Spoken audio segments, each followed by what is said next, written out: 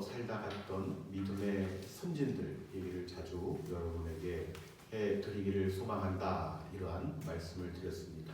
왜냐하면 특별히 이 시대가 어수선하고 또 이 시대에 많은 혼란이 증폭되고 그러한 때일수록 기독교 역사 속에서 그러한 일들이 반복되어질 때 이 시대만 나타났던 현상들은 아니에요. 여러 가지 가치관들이 조성이 되었었고 그 역사 속에는 많은 일들이 번복되어 나타났던 것을 우리가 볼 수가 있습니다. 100여 년 전에 이 선교사로 한 시대에 커다란 영향을 미쳤던 분 가운데에 찰스 토마스 스터드라는 분이 있었습니다. 찰스 토마스 스터드. 이분은 이제 그 청년 시절 지금의 뭐 세계적인 명문 대학이죠. 영국의 케임브리지 대학을 이제 나왔습니다. 거기서 이제 이분이 아주 유명한 크리켓 선수였어요. 크리켓. 이 크리켓이라는 이 스포츠 종목이 지금 뭐 각광받는 시대는 아니지만 그 이전에만 해도 하더라도 이 빨래 방망이 같이 이렇게 생겨가지고 얇게 이렇게 평평하게 만들어서 그걸 지금의 야구와 같이 이렇게 치는 이제 그러한 경기가 있습니다. 이것이 뭐 인도라든가 뭐 파키스탄 이쪽에서 많이 유행했다, 또 그러한 일들이 지금도 뭐 많이 각광받는다 하는 얘기를 들은 적이 있는 것 같은데, 이 스터드의 아버지는 이 가문은 이 스터드의 아버지는 이 인도와 또 이 영국의 이 사이를 왕래하면서 이 무역을 통해서 굉장한 이 부를 이룩하고 쌓았던 그러한 사람으로 알려졌습니다. 근데 어느 날 이 토마스 스터드의 아버지가 누구의 설교를 우연히 듣게 되냐면 바로 그 유명한 D.L. 무디의 설교를 듣게 됩니다. D.L. 무디의 설교가 이 스터드의 아버지의 영혼을 완전히 뒤흔들어 놓습니다. 그동안 막대한 재물을 쌓고 부를 이뤘는데 그 이상의 어떤 큰 가치와 어떤 이러한 것들의 마음을 빼앗기게 되었던 거예요. 이 스터드의 아버지를 통하여서 온 집안이 복음화되는, 또 온 집안이 하나님을 섬기게 되는 이제 그러한 가정이 되었다, 이렇게 전해지게 됩니다. 어느 날 이제 온 가족이 그리스도인이 되었는데 스터드가 여러분 어느 날 성경을 보다가 무엇을 보게 되냐면 익히 들었던 내용인데 예수님께서 하셨던 말씀 가운데에 부자 이 청년의 어떤 이 재산에 대해서, 재산 상속을 받는 것에 대해서, 또 자신이 그 재산을 어떻게 해야 되는 것에 대해서 예수님께 나와왔던 그러한 내용이 있습니다. 예수님께서 모든 것들을 팔아 이 가난한 자에게 너는 나를 따르라 이렇게 말씀하셨을 때 그것이 이 부자 청년에게 커다란 시험거리가 되어서 근심하며 돌아가니라, 이제 이러한 말씀이 나오는 것을 우리가 기억하는 줄로 믿습니다. 그 내용이 있단 말이죠. 근데 이 내용이 여러분 흡사 자신의 이 지금 처한 상황처럼 다가선 거예요. 놀랍게도 그 말씀의 부분이 자신의 이 재산 문제 때문에 갑작스러운 고민을 하게 되었습니다.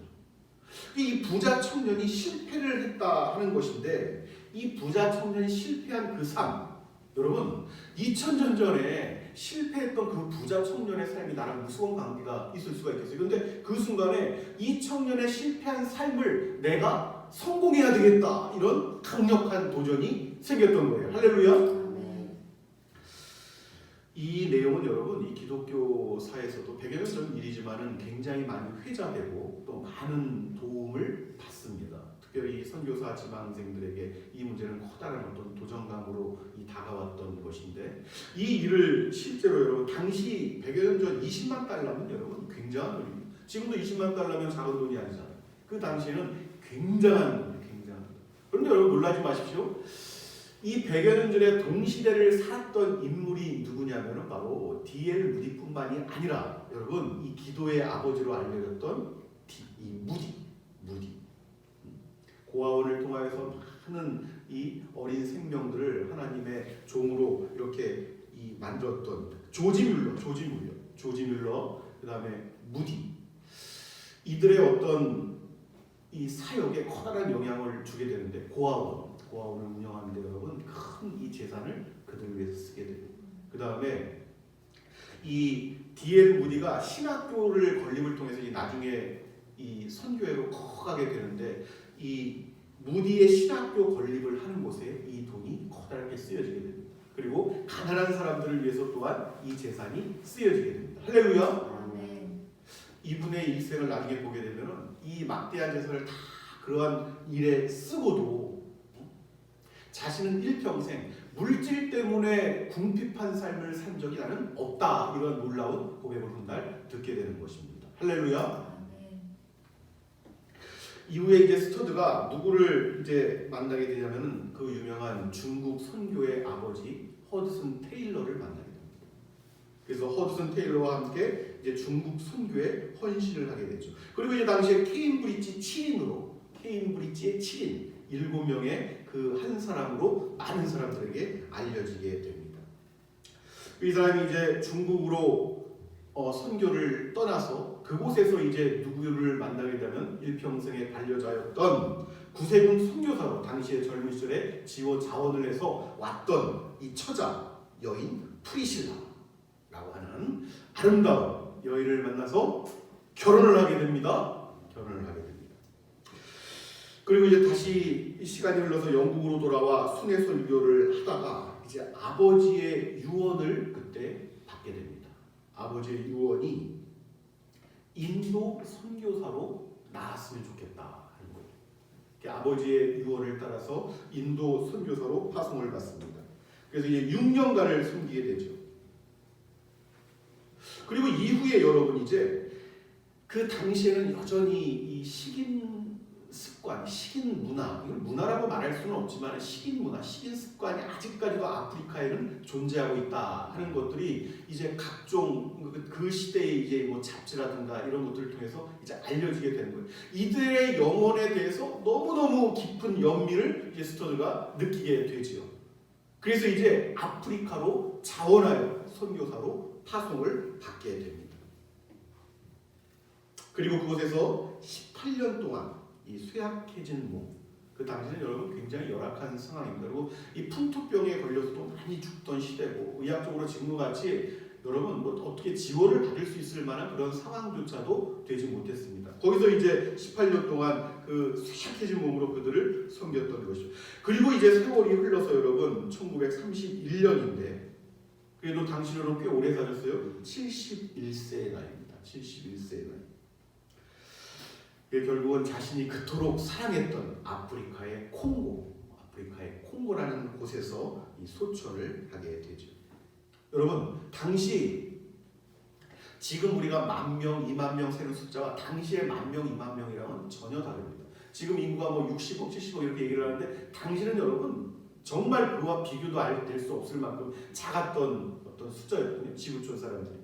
그 당시에 이 스터드의 사망 소식을 듣고 여러분 콩고에서 흑인들이 몇 명이 모여있다면 10,000명이 그 장례식장에 까맣게 원래 이제 검은 사람들이지만 까맣게 정말 몰려듭니다. 애도하고 울고 슬퍼하고 이 일이 이제 그 당시에 크게 이제 사람들 사이에 입소문을 타고 또 기사로 나오고 했던 것이죠. 이분이 세웠던 선교회가 있어요. 처음에 심장병 이 어린이를 돕기 위해서 시작했던 선교회인데 지금 굉장히 커졌습니다. WEC 세계 국제 선교회 이렇게 해서 지금까지 이제 복음 사역에 굉장히 커다란 영향력을 미치고 있다. 할렐루야. 한 사람의 헌신이 여러분 나중에 어떻게 나타날지를 모르는 거예요. 어떻게 나타날지를 모릅니다. 하나님께서 예비하시고 계획하신 것이 어떻게 나타날지를 모릅니다. 처음에는 어떻게 작은 마음으로 소망하던 일들이 나중에 얼마나 크게 그 사후에 발전되는지는 우리가 알 수 없습니다. 이 스터드가 여러분 자신의 신앙에 대해서 이런 고백을 했어요. 많은 사람들이 의아하게 생각했단 말이에요. 자신이 일평생을 여러분 다 쓰지도 못할 돈이었어요. 당시 그 돈이면. 그런데 그러한 것들을 신학교를 세우고 고아원을 세우고 가난한 자들에게 나눠주고 선교하는 일들에 쓴 이 사람이 그 주변에 이것을 이해하지 못하는 지인들에게 이러한 고백을 하게 됩니다. 그 신앙 고백을 한번 들어보세요. 예수 그리스도가 하나님이시며 만약에 그분이 정말 나를 위해 죽으셨다면 그분을 위한 나의 어떠한 희생도 결코 결단코 크다고 말할 수는 없을 것입니다. 인생은 한 번뿐이고 그것은 곧 지나가고 말 것이나 그리스도를 위하여 한 일은 영원할 것입니다. 아멘. 아멘.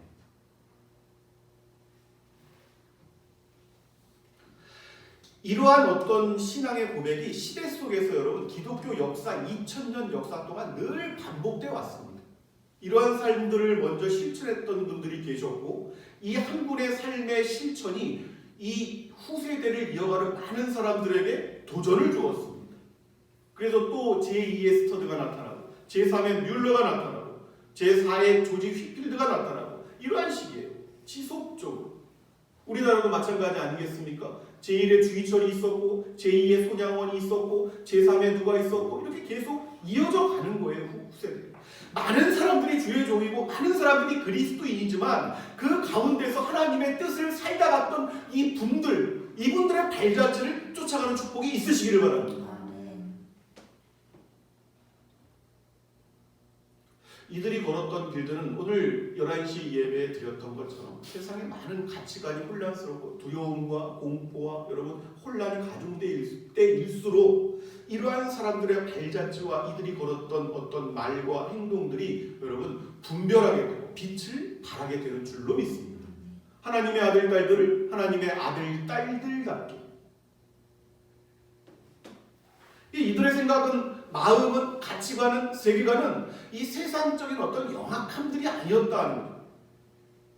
하늘의 뜻을 분별하는 일들, 그분께서 주신 진리를 분별하는 것, 이것이 이제 온전한 지혜다 이렇게 믿었던 것입니다.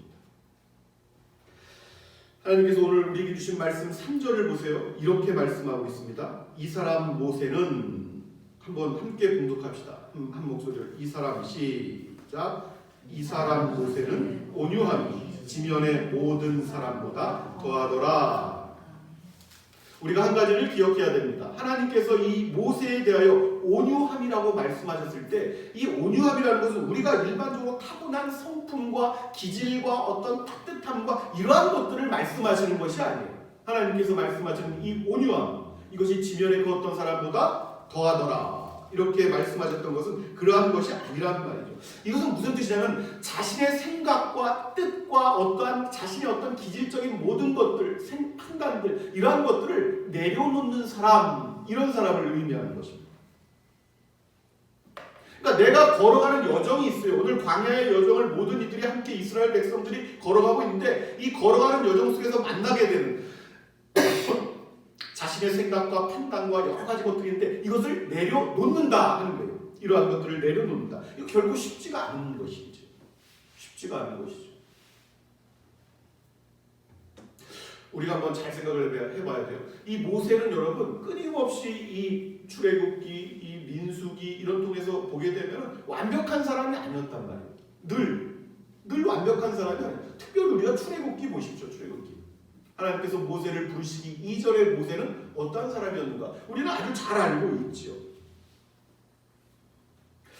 하나님께서 모세를 불렀을 때 이 모세는 형 아론이 없으면 저는 이 말을 잘 못해가지고 저는 하나님께서 말씀하신 여호와 하나님의 말씀이 잘 전할 수도 없습니다. 아론이 옆에 없으면 나는 내 사역을 제대로 감당할 수 없습니다. 늘 나는 뭐 부족하고 나는 뭘 할 수 없고 나는 입이 둔하고 말하는 게 둔하고 늘 뭐 이러한 것들에 대해서 여러분 늘 부족하다 하는 인식을 언제나 갖고 있었던 사람이에요. 젊은 시절에 거기에 아주 성격까지 아주 뭐 훌륭하다 그렇지 못하단 말이에요. 자신의 젊은 혈기를 갖다가 주체할 수도 없었어요. 사람을 때려 죽였습니다, 여러분. 그래서 살인자의 신분으로 도망자가 된 것 아니었겠습니까? 그래서 미디안으로 도망갔던 것 아니었겠습니까?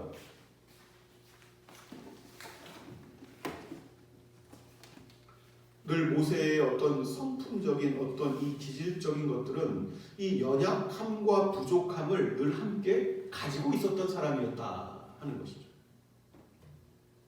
그런데 여러분 오늘 말씀을 정확히 다시 보세요.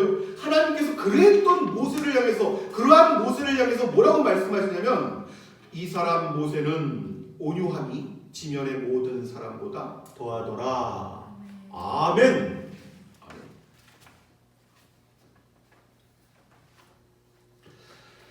모세가 이 광야의 여정을 걸어가면서 늘 취했던 자세가 있습니다. 믿음의 자세.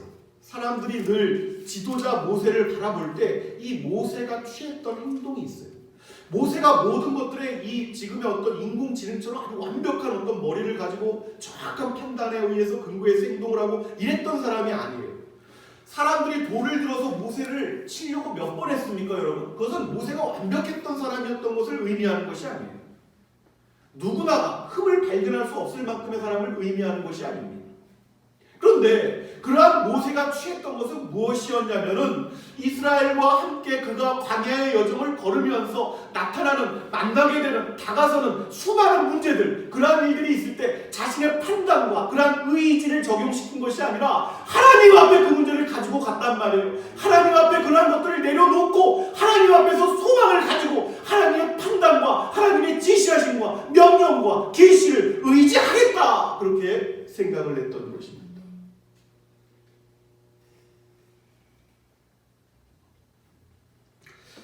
이것이 이제 하나님 앞에서 하나님이 보셨던 모세의 믿음이요, 또 광야길을 걸어가는 모세의 삶이었던 것이다. 할렐루야. 아멘. 하나님께서 보시는 온유함이라는 것은 바로 여러분 이러한 것입니다. 하나님께서 보시는 온유함이 바로 이러한 내용이에요. 이러한 삶이에요. 이러한 믿음인 것입니다.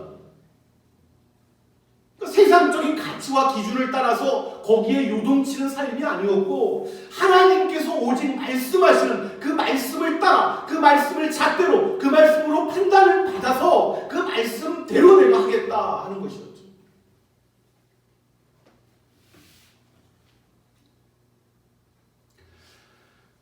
우리가 하나님께서 보시는 온유함이라는 것은 서두 여러분에게 말씀드렸던 스터디의 삶, 무디의 삶, 휘필드의 삶, 조지 뮬러의 삶, 이 모든 사람은 하나님께서 보시기에 그 온유함이 더한 사람들이었습니다.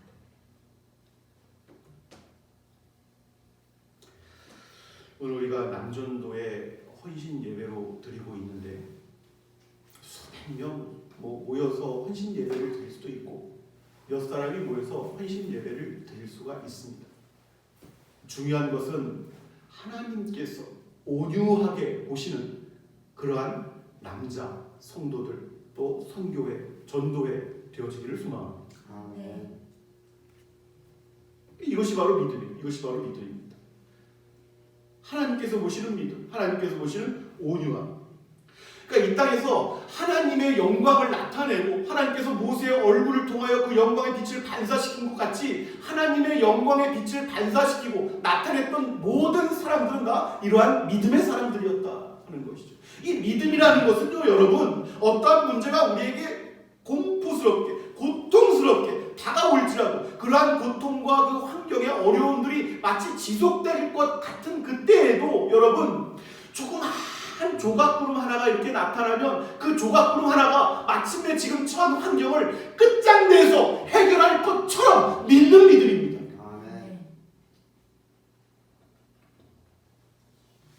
우리가 잘 알고 있었던 것처럼 여러분, 선지자 엘리야가 그랬습니다. 엘리야가 끝없이 지속될 것 같았던 그러한 가뭄의 상태에서 자신의 시종이 이렇게 보고하는 얘기를 듣습니다. 열왕기상 18장 44절 말씀에 보면은 바다에서 비가 오를 지금 비구름이 있느냐 없습니다. 비구름이 있느냐 없습니다. 세 번째 비구름이 조그만 저 바다 끝에서 조그만 손바닥만한 그러한 구름 하나가 이렇게 모여 있습니다. 그랬더니 이러한 보고를 듣고 엘리야가 이런 얘기를 합니다. 그러자 엘리야가 이르되 올라가 아합에게 말하기를 비에 막히지 아니하도록 마차를 갖추고 내려가서 살아.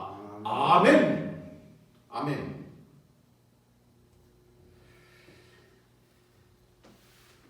사랑하는 여러분, 우리가 하나님을 사랑하고 섬기고 헌신하며 이 믿음의 길을 걷는다는 것은 늘 크고 작은 도전과 어떤 문제들을 우리 속에 가져다 주기 마련입니다. 그런데 이러한 상황 가운데서도 우리의 믿음의 선진들이 걸어가며 취했던 자세와 행동들이 있습니다. 우리가 그러한 것들을 따라서 그 모든 문제들을 내려놓고 하나님께 맡기고 의뢰하는 그러한 믿음이 있다면 하나님께 그러한 것들을 아뢰일 때에 하나님께서 어찌 그것을 믿음과 온유함으로 여기지 아니하시겠습니까? 그래서 분명히 그 해답을 우리 각 사람에게 주실 것이다.